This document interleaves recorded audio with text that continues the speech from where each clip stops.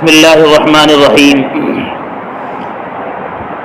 اعطاء رجل من الانصار جهازه رجلا آخر حين مرض. وأخرج أبو داود عن أنس بن مالك رضي الله تعالى عنه أن فتى من أسلم قال يا رسول الله إني أريد الجهاد وليس لي مال أتجهز به. قال اذهب إلى فلان الأنصاري فإنه قد تجهز فمرض فقل له إن رسول الله صلى الله عليه وسلم يقرئك السلام وقل له ادفع إلي ما تجهزت به. فأتاه فقال له ذلك فقال لامرأته يا فلانة ادفعي إليه ما جهزتني به ولا تحبسي منه شيئا فوالله لا تحبسين منه شيئا فيبارك لك فيه. وأخرجه مسلم والبيهقي أيضا عن أنس رضي الله تعالى عنه بنحوه. دو چار جگہوں سے پڑھوں گا انشاءاللہ بہت مختصر وقت میں.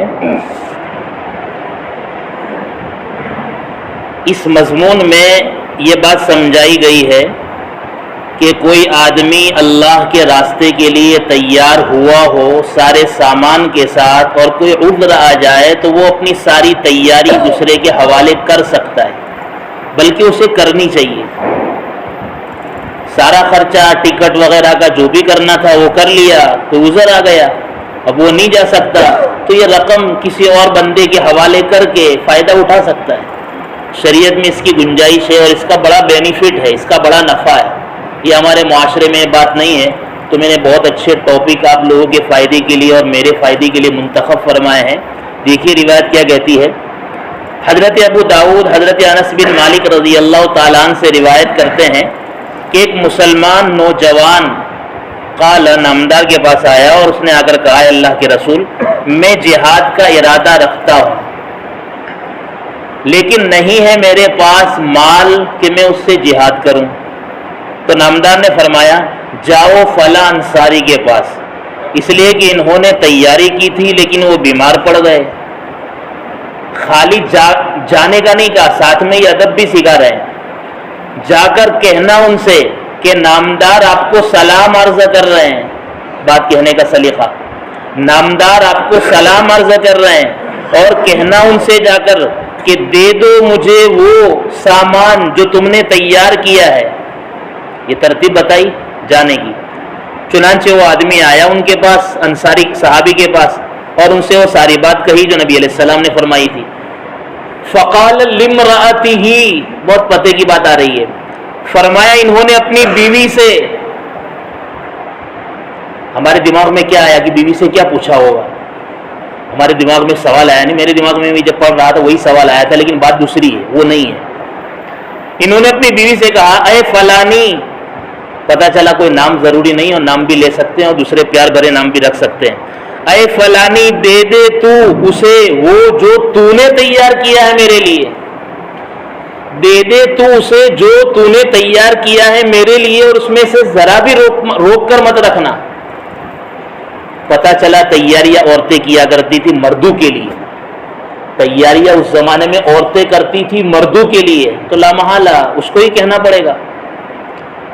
پھر فضیلت سنائی، عورت کو تو فضیلت سنانی پڑتی ہے نا، وہ تو بغیر فضیلت کی کیسے تیار ہوگی؟ یہ ترتیب ہمارے اندر آنی چاہیے. قسم بخدا تم نہ روکنا اس میں سے کچھ بھی، اللہ ضرور برکت دے گا تمہیں. اس میں فضیلت آ گئی، دل کی ساری کھڑکیاں کھل گئی. تو ایک مسئلہ ہمیں سمجھ میں آ گیا، یہ ترتیب ہے. اگر کوئی نہیں جا سکتا اسے اس طریقے سے اپنا مال اور اپنی تیاری کسی اور کے حوالے کر کے اسے راہ خدا میں بھیجنا چاہیے. اسی طرح کی ایک دوسری روایت ہے. حضرت ابو مسعود انصاری رضی اللہ تعالیٰ عنہ سے روایت ہے، فرماتے ایک صحابی آئے نبی علیہ السلام کے پاس اور آ کر کہنے لگے انی ابدع بی، کیسا یعنی الفاظ اتنے جاندار ہے. انی ابدع بی، میرا جانور مر چکا ہے، فاحملنی، پس آپ میری ہیلپ کیجیے، مجھے کوئی سواری عنایت فرمائی راہ خدا میں جانے کے لیے. تو نامدار نے فرمایا ما عندی، میرے پاس نہیں ہے. فقال رجل یا رسول اللہ، تو ایک آدمی نے کہا اللہ کے رسول میں اسے بتلاؤں گا ایسا آدمی جو اس کو سواری دے گا. مشورہ چل رہا ہے، کوئی تقاضا سامنے آیا، اس تقاضے میں اگر ضرورت پڑی تو مشورے کے دوران ہی بات آنی چاہیے، بھائی یہ کام آ رہا ہے، اس کے لیے کون تیار ہے۔ یہاں نامدار کی حاضری میں سوال کیا آدمی نے تو ایک آدمی کھڑا ہو کر کہتا ہے نا حضور آپ کے پاس نہیں ہے تو میں سواری دینے کے لیے تیار ہوں، یہ کب کہے گا؟ کہ ہم چھپ کر ملاقاتیں کریں گے تب جذبہ پیدا ہوگا؟ نہیں میرے بزرگوں، ہم برملا مشورے میں بات لائے، فلاں کھانے کا تقاضا ہے، فلاں یہ تقاضا ہے، تو انشاءاللہ لوگوں میں جذبہ پیدا ہوگا اور لوگ اپنی رقم لگائیں گے۔ اگر ہم چپکے سے ملتے رہیں گے تو لوگوں میں جذبہ بھی پیدا نہیں ہوگا اور ترتیب بھی کام کی نہیں آئے گی۔ یہ ترتیب ہے۔ فقال رسول اللہ، تو نامدار نے فرمایا، ہمت افزائی فرمائی۔ یہ ہمت افزائی کی تو بہت کمی ہے ہمارے کام میں۔ ہمت افزائی فرما دے، کیا کہا؟ من دل علی خیر فلہ مثل اجر فاعلی، جو کوئی نیک کام کی طرف رہبری کرے گا اس کو کرنے والے کے برابر ثواب ملے گا۔ اس نے تو خالی ایڈریس دیا ایک مالدار کا، ان صحابی نے مجلس میں خالی ایک مالدار کا ایڈریس دیا کہ آپ ان کے پاس چلے جائیے، یا پھر میں ان کو بتلا دیتا ہوں آدمی ان کے پاس چلے جاؤ، لے لے مال، انشاءاللہ ان کو مل جائے گا۔ تو ایڈریس دینا یہ بھی ترتیب ہمیں سمجھ میں آ گئی۔ کوئی مالدار آدمی ہے جو بیچارہ مشورے میں نہیں بیٹھتا لیکن ایسے کاموں میں انٹرسٹ لیتا ہے، ہم اس کے سامنے جا کر بات رکھے تو انشاءاللہ وہ تیار ہوگا تو دین کا کام ہوگا۔ تو یہ بات ہماری سمجھ میں آ گئی کہ دین کے کام اس طریقے سے کرنے ہیں۔ پھر دوسرا ایک بہت بڑا اہم مسئلہ ہے کہ ہم دوسرے کی بائک پر مفت میں بیٹھ کر پنج گوشے میں جا سکتے ہیں کہ نہیں جا سکتے؟ بہت سی مرتبہ ایسا ہوتا ہے، دوسرے کی گاڑیاں ہم تلاش کرتے، مفت میں ملاقات میں جانا ہے تو مفت کا تلاش کرتے ہیں۔ یہ ہمارے معاشرے میں بہت زیادہ ہے۔ تو میں اس سلسلے میں آپ کے سامنے روایت پیش کرتا ہوں بہت مختصر انداز میں۔ اخرج البیہقی النافع، حضرت نافع فرماتے ہیں، دخل شاب قوی فی المسجد، ایک تگڑا نوجوان آیا مسجد میں اور اس کے ہاتھ میں تیر کے اگلے حصے کے جو لوہے کے ٹکڑے ہوتے ہیں وہ تھے، انیا جسے اپنے کہتے ہیں، جو تیر کے اندر آگے لگائی جاتی ہے، بس اتنا ہی تھا۔ وہ یقول، اور وہ کہہ رہا تھا، من یعیننی فی سبیل اللہ، رومال کندھے پر ڈال کر آ گئے، کون میری مدد کرے گا اللہ کے راستے کے لیے؟ یعنی اپنے جانا ہے پنگوشے میں، اپنے خالی رومال لے کر آ گئے، کوئی ہے مجھے لے کر جانے والا مفت میں؟ یہ کہنا چاہتے ہیں۔ فدعا بھی عمر، تو بہت بڑا شریعت کی جانکاری رکھنے والا ایک ماہر جانکار موجود ہے اس مجلس میں، حضرت عمر رضی اللہ تعالیٰ عنہ، انہوں نے بلایا اسے، فأتی بھی، اس کو لایا گیا حضرت عمر کے پاس۔ فقال، اور حضرت عمر نے کہا، من یستاجر منی ھذا یعمل فی ارضی، کون اس کو مشاعرے میں رکھنے کے تیار ہے؟ مزدور، قبیلے کا مزدور بنانے کون تیار ہے اس کو؟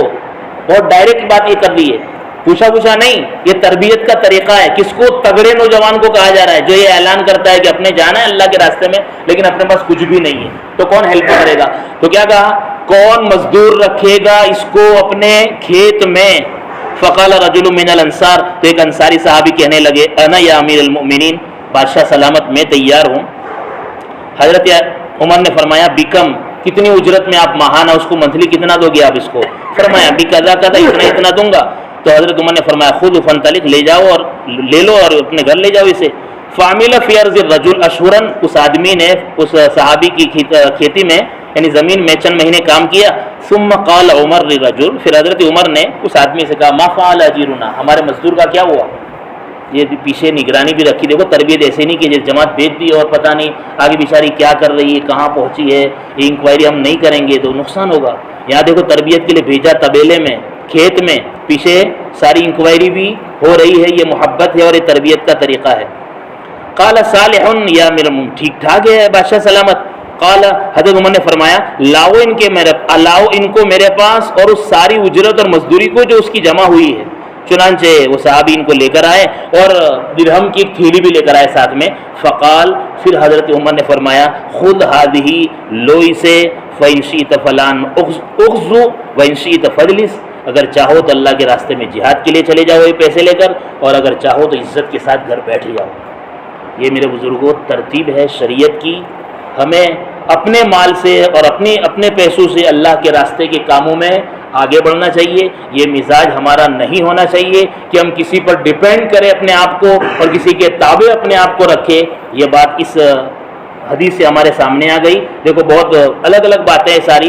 اپنا مزاج تو یہ ہو کہ میں اپنا مال لگاؤں اور اپنا پیسہ لگاؤں، لیکن کوئی اگر ہمارے پاس آ جائے جو یہ کہے کہ میرے پاس نہیں ہے تو ہم اس کی انسلٹ نہ کریں، ہم اور لوگوں سے مل کر اس کا انتظام کریں اور اس کو رائے خدا میں بھیجنے کی کوشش کریں۔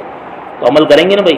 اللہ تبارک و تعالی ہم تمام کو ان باتوں پر عمل کی توفیق عطا فرمائے۔ اور دوسری اور 1 منٹ کی بات یہ ہے کہ اسٹوڈنٹ حضرات الحمدللہ بہت قیمتی وقت فارغ کر کے یہاں پر تشریف لاتے ہیں، لیکن عزیزو ایک بات سمجھنے کی ہے، نفس آپ کا آنا اتنا زیادہ مفید نہیں ہوگا جتنا آپ کا عمل مفید ہوگا۔ کام، مجاہدہ، آپ اگر خالی تفریح کے لیے یہاں پر آتے ہیں تو آپ اتنا لے کر نہیں جائیں گے، آپ یقیناً قربانی دے کر آتے ہیں تو آپ ذرا مزاج بنائیں کہ میں یہاں معمولات میں اپنے آپ کو لگاؤں۔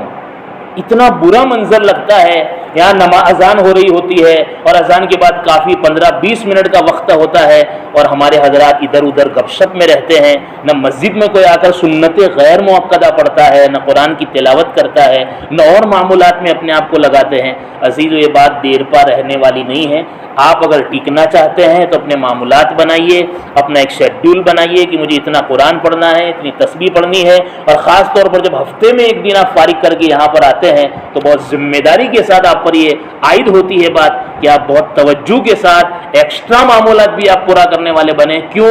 ابھی بات آ گئی کہ جو اچھے کاموں کی رہبری کرتا ہے نا، یعنی آپ کا بیٹھنا اوروں کے لیے رہبری ہوگا، اوروں کے شوق کا ذریعہ ہوگا، آپ بیٹھیں گے انشاءاللہ، اوروں کو جذبہ ہوگا تو اور بھی اس پر آئیں گے تو آپ کو ہی سارا فائدہ ملنے والا ہے۔ تو مسجد کا اکرام، مسجد کا احترام، اور جہاں بھی آپ شب گزاری میں رہیں وہ آپ پشکاریوں سے مسجدوں کو خراب نہ کرنا، شور و غل نہ کرنا، مسجد کا احترام کرنا، یہ ساری ذمہ داری آپ پر عائد ہوتی ہے۔ آپ گھر نہیں ہیں، آپ اللہ کے گھر میں ہیں، لہذا جب یہاں آ گئے تو یہاں کے اصول آپ کو اپنانے پڑیں گے۔ آپ اپنے اصول سے اگر یہاں رہیں گے تو میرے بزرگوں اللہ کی تھپڑ میں آواز نہیں ہوتی ہے، ہم بہت کچھ نقصان کر پائیں گے۔ با ادب با نصیب، بے ادب بے نصیب۔ اللہ پاک مجھے بھی سب سے پہلے اور آپ سبھی حضرات کو ان باتوں پر عمل کی توفیق عطا فرمائے۔ سبحان اللہ بحمدہ، سبحانک اللہ۔